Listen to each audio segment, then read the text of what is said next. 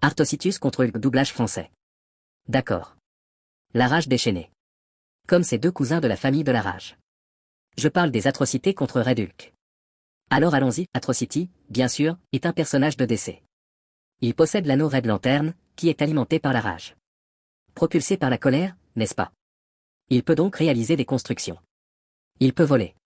Il possède une manipulation énergétique, mais il peut aussi vomir du napalm plasmatique rouge corrosif. C'est un manipulateur émotionnel et peut ressentir et influencer la rage. Et je pense que cela va l'aider dans cette bataille. Il a une résistance de mort-vivant. Maintenant, le Red Hulk, bien sûr, est une autre version de Hulk.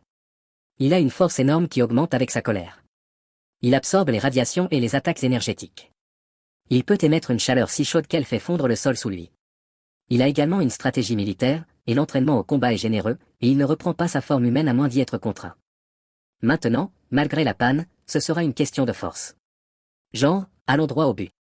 Désormais, le rouge chaud peut affronter Thor, le Hulk ordinaire. Il peut frapper. Il a même renversé une montre où l'un d'entre lui a donné un coup de poing. D'accord. Atrocity a combattu plusieurs lanternes à la fois. Peut soulever des monticules et détruire des lunes. Donc je vais voir une force physique. Homme. Ils sont proches. Même si je donne l'avantage au Red Hulk. Parce que je sais ce que les Hulk peuvent faire en termes de durabilité. Comme si Red Hulk le prenait. Emmenez-le ci-dessous. De près. Il peut effectivement absorber de l'énergie pour s'amplifier. Alors que Atrocité.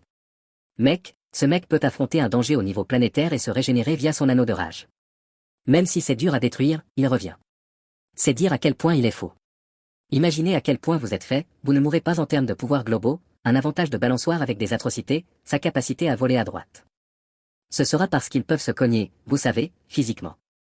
Mais sa capacité à voler réside dans son vomi de plasma. Je veux dire, je commence à voir un certain blindage, je le suis. Je vois qu'il peut exploiter certaines choses que je ne pense pas que Red Hulk puisse égaler. Je vais juste être honnête avec ça. Comme dans Red Hulk. La différence, c'est que l'homme qu'il a, il devient plus chaud, mais il peut s'épuiser.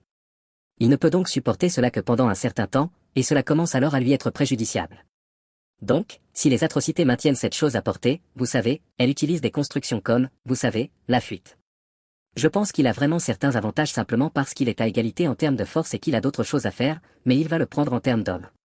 Le titre de meilleur homme en rage revient aux atrocités commises dans ce match ici.